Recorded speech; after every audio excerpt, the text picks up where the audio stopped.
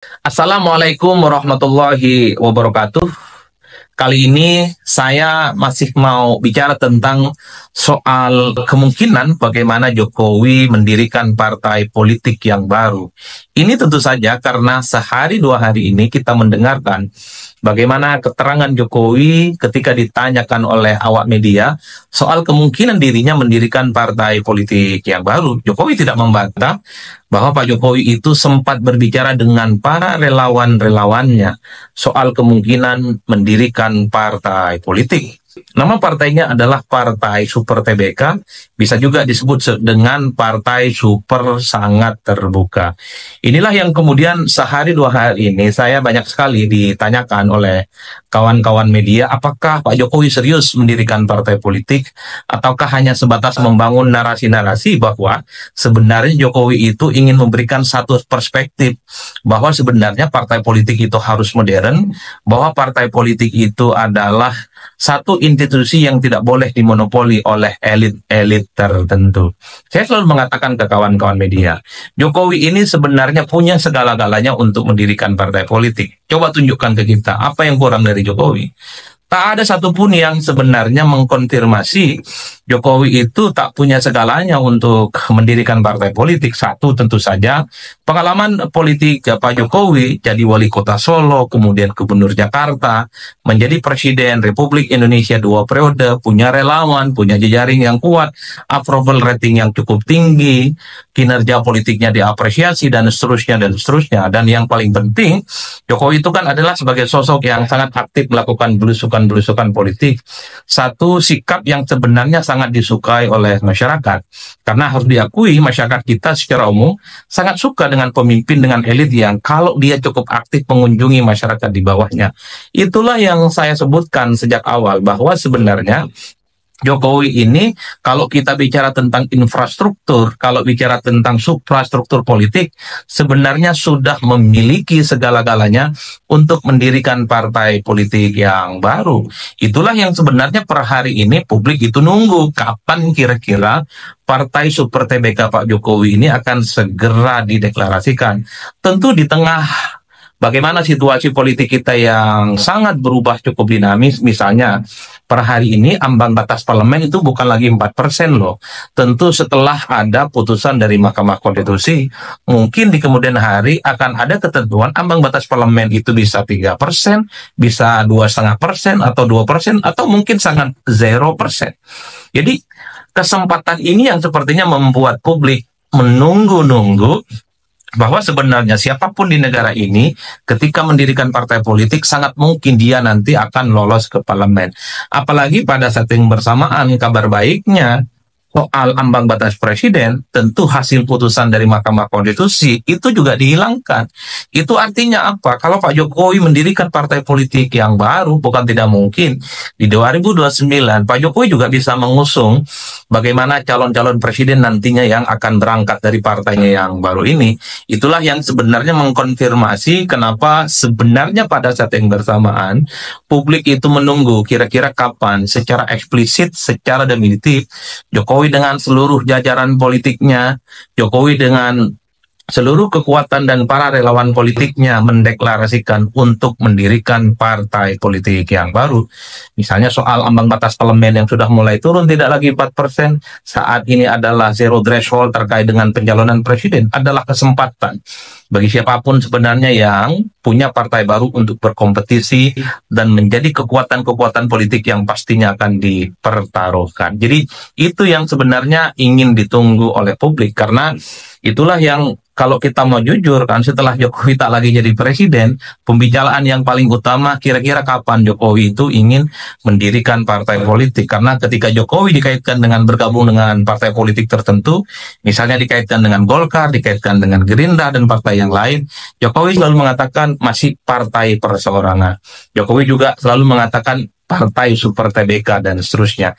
Pernyataan-pernyataan yang sering dikonfirmasi oleh publik sebagai pernyataan yang sangat diplomatis, bahwa sebenarnya Jokowi masih sangat hati-hati dalam menentukan bagaimana langkah politiknya di masa-masa yang akan datang. Tapi satu hal, publik itu sebenarnya sangat menunggu apa yang dilakukan oleh Pak Jokowi, mendirikan partai politik yang baru. Itu yang pertama. Nah, yang kedua tentu soal banyak juga yang mengartikan bahwa apa yang disebut dengan Jokowi ini tak lebih dari sekedar gagasan besar. Bahwa partai politik itu jangan hanya dikuasai oleh elit-elit kunci, yang oleh Robert Michel dikuasai oleh segelintir elit yang disebut dengan oligarki partai. Karena memang kalau mau jujur sebenarnya, suka tidak suka di negara kita ini kan memang keputusan politik apapun, terutama pemilihan ketua umum partai, termasuk juga soal siapa yang harus maju sebagai calon presiden, memang itu ditentukan hanya segelintir-gelintir oleh elit-elit kunci yang ada di partai politik.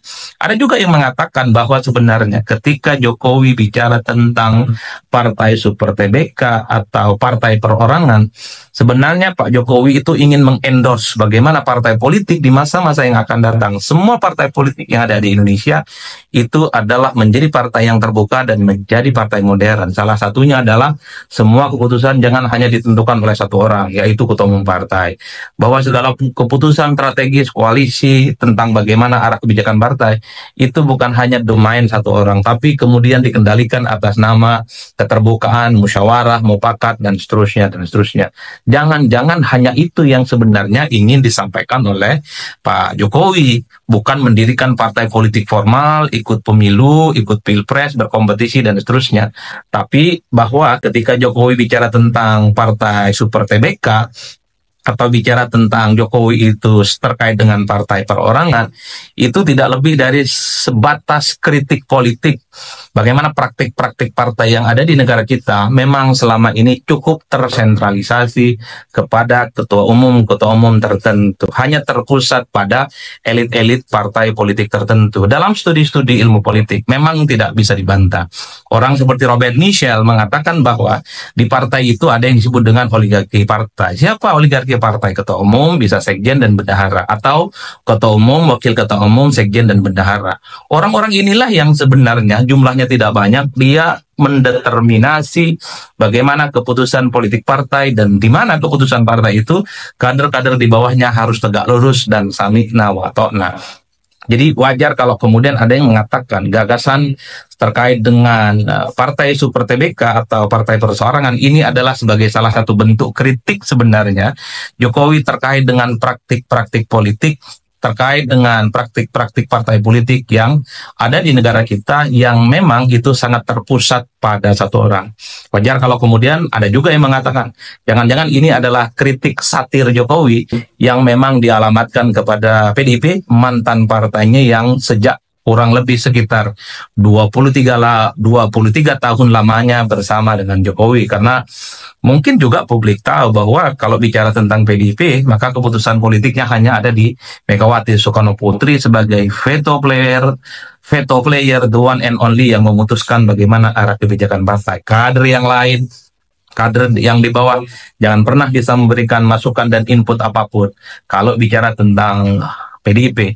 Jadi publik seakan-akan mengkonfirmasi, ya dikait-kaitkan bahwa partai super TBK atau partai perorangan yang sering diamplifikasi oleh Jokowi tidak lain dan tidak bukan hanya ingin menyampaikan pesan politiknya kepada PDIP, partai politik yang sempat bersama dengan Pak Jokowi.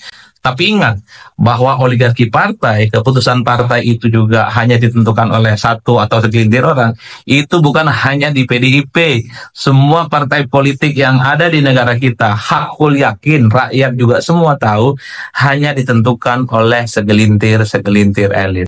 Bahkan kalau kita tahu bahwa kekuatan partai politik di negara kita ini memang terpusat pada satu orang. Misalnya kalau PDIP tentu ada Megawati di situ, ada terah politik Soekarno. Misalnya kita melihat bagaimana Partai Demokrat, publik juga tahu Partai Demokrat itu adalah replika politik dari Pak SBY yang kemudian mampu memenangkan pertarungan Pilpres 2 kali. Siapa yang bisa membantah kalau bicara Demokrat itu adalah keluarga besar Pak SBY lah yang kemudian menjadi faktor determinan.